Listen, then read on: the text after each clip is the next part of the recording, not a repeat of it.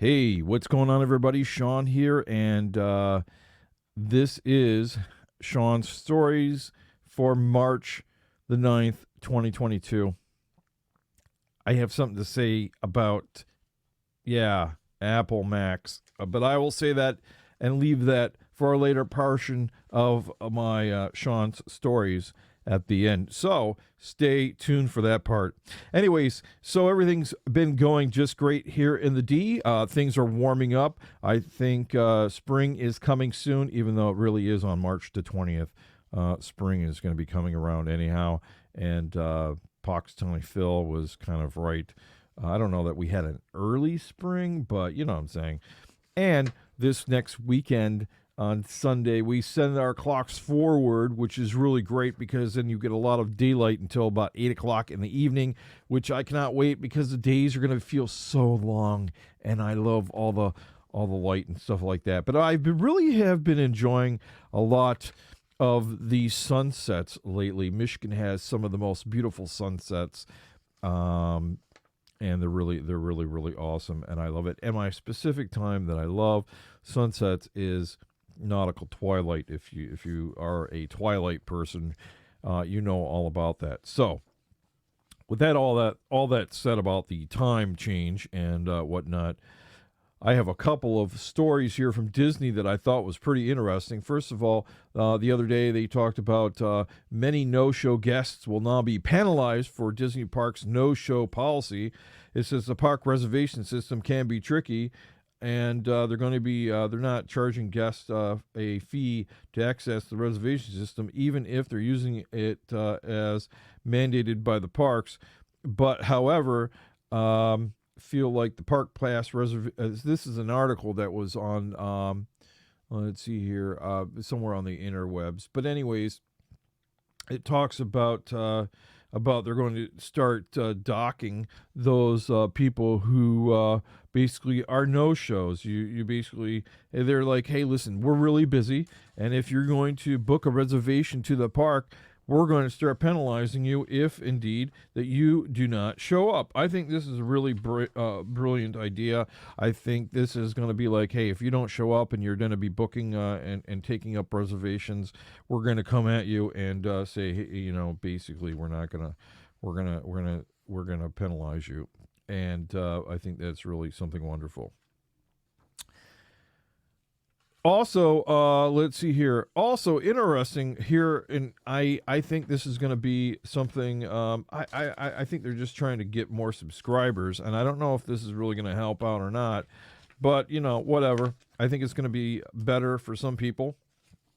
Now, Disney Plus says it will introduce an ad-supported version of Disney Plus streaming service. They're basically trying to grow their business along with AT&T, Comcast, Discovery, Paramount Global, and whatnot. And they're expanding to a broader audience by lowering the price point by saying that, if we lower the price, basically you're going to be having to have ads. Now, personally, I do not like ads. I try to get rid of them on streaming, and I will pay the extra money to have zero ads. And it's wonderful because you don't have to worry about having commercials and ads while you're trying to watch a streaming show. Instead of having to watch a show that takes an hour, I can watch it in 40 minutes or so. And you can basically power watch a show, and you don't have to watch a bunch of ads that you don't want to watch. But, for those people who are on budgets, then they will have a plan that's going to be cheaper that you'll be able to watch the Disney Plus streaming service. And I think that's going to fall along the lines of everybody else. I mean, there's all the streaming platforms have ad where you have ads, and then they have a premium plan where they have no ads. And I think Disney is now catching on to this and saying, hey, listen, we're going to have two-tier system here, and I think it's going to work out well. So another thing big in the news is that the Disney's Grand Floridian may be getting new theming soon. Believe it or not, the Grand Floridian. I heard a conversation a few weeks ago that it's been the same look, a Victorian type of look for the longest period of time since it's been open. And now they're talking about retheming it. They just rethemed the Polynesian sort of to Moana, and from being just something from the Polynesian, theming, they've actually made it out of a movie. And I think a lot of other things, like in the contemporary, I believe it's what is now the Incredibles or something like that, if I'm not mistaken. But a lot of the different resorts are becoming themed after Disney stuff. So in this article, it says Grand Floridian's Resort and Spa is arguably the most prestigious hotel, which it is.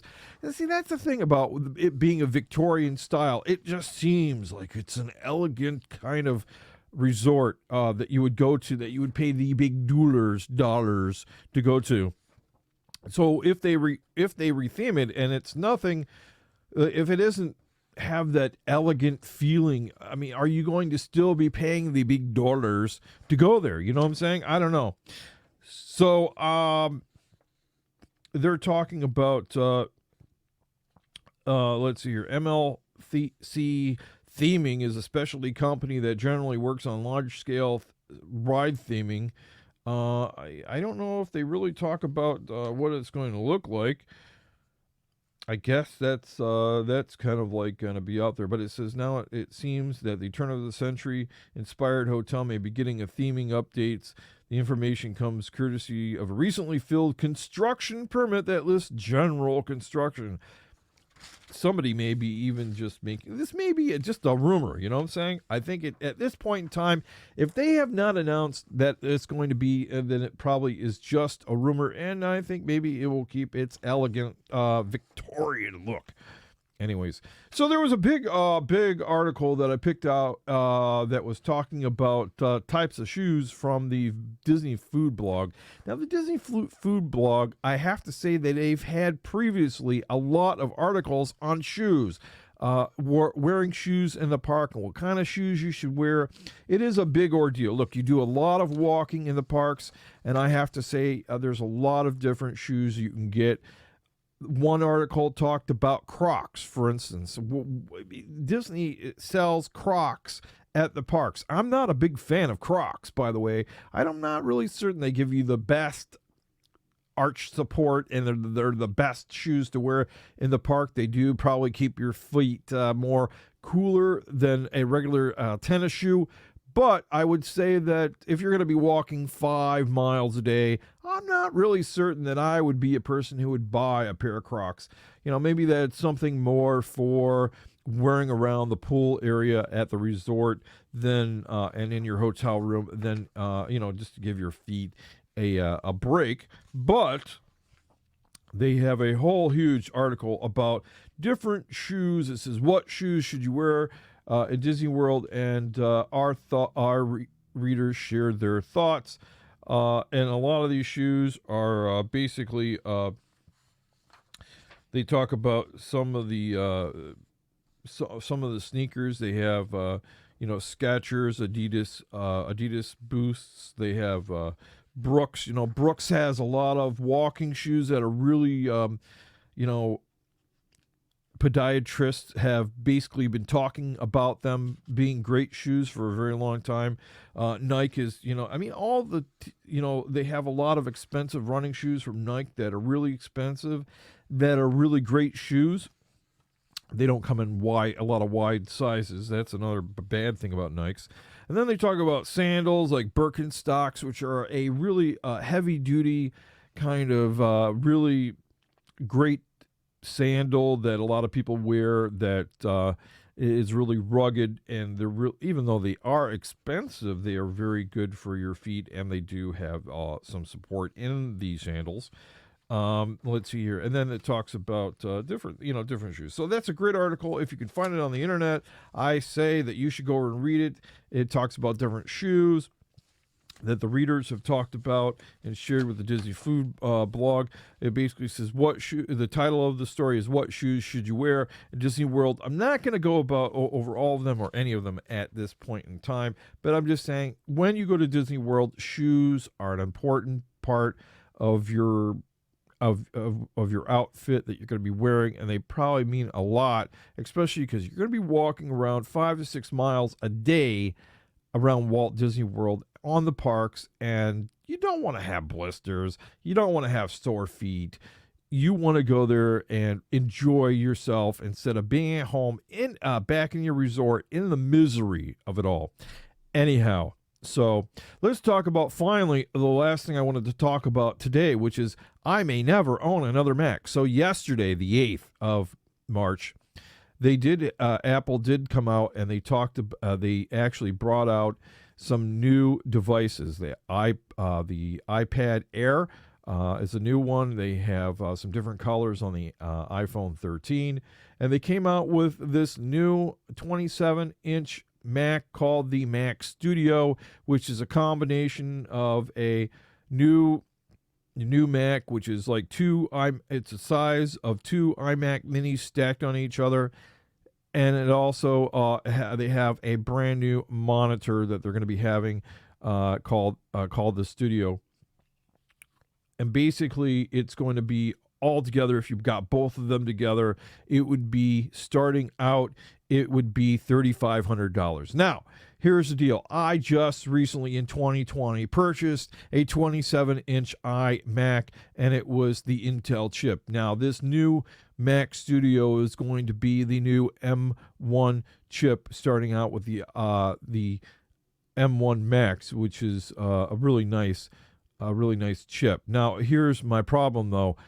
I don't think that this is going to be a machine that everybody gets. I think the iMac already, the 27-inch, is a thing of the past. They're not making it anymore, and I do not think that they're going to continue making iMacs at all. I believe that they're going to continue making the iMac Mini more affordable to people. Also, I would suspect that you're going to have to either get your own monitor or purchase the Studio monitor, which is $1,000, and then pair it with either a Mac Mini, the Studio Mac, or the Mac Pro. Those three encasements. And I think that's how they're going to be going. I think this whole ordeal to have an all-in-one computer monitor kind of situation is going to the wayside. I think I'm not really certain why that is, but I believe that for maintenance issues and whatnot, I think it's better. A lot of people have said they've had troubles with some of their screens, and you take who knows. It's been a design that's been there for a long period of time, but I think it's going to be fine. I just think if you're, for right now, for instance, I would not update my 2020 iMac and turn it in and go get a Studio, for instance, unless they were going to give me a great big giant amount of money towards my brand new Studio. But then again, if you are now needing something, and now, like I was needing a new Mac back in 2020, and because I was at the end of the life cycle of my iMac and I could not upgrade it anymore to the latest OS, I needed something right then and there. If you are not that kind of person and you're looking for something, I would maybe look into getting like a Mac Mini, or if you really want to spend $1,500, just or whatever it is. I think it's $19.99, whatever the price is. It's way up there. It's $2,000, $19.99 for the new Mac Studio. I would just go ahead and just do it now. So that's why I say I may never own another Mac. What I mean is I may never own another iMac, because I think that the iMacs are just something that's going to be something of the past. I think they're just going to have 3 tiers of Macs, and they're just going to be in these different encasements, and they're not going to be in all one from now on. And that's just what I'm saying. It's going to be interesting, though. I'd like to see how the video GPU is going to be how it's going to pair up or how it's going to be in competition against NVIDIA and AMD GPU processors, and see how it works out for gaming. There's not a lot of games that are actually competitive games that you're going to be able to play on the Mac. But then again, you can always partition your machine and make it into a PC on one side and a Mac on the other. You can do that. You can have Windows and Mac on the same machine, no problem whatsoever. But most people don't do that. So it'll be really interesting to see how the processors work, and I think there's going to be a big competition now between Intel and Apple making these CPUs. I think this is something where the future is going. Now that Apple's kind of jumped into away from cell phone and iPad processors, they're going to now be competing with Intel and AMD and being on their own and have their own proprietary chips. And I don't know if that's going to last forever. Who knows? We'll have to wait and see. I know they work great in cell phones. We've known that for a very long time. And I know they work well in iPads. But when you're using the same chip in an iPad, and then you're using the same chip and you're putting it into a laptop, or you're putting it into a regular big Mac, you start. To me, it starts to wonder about what's going on here. Maybe we can. To me, there's a future. Who knows what's going to happen? So, anyways, that's all I have for you today. Thanks for watching. Remember to subscribe and hit the like button, and we'll see you again another day. For now, over and out.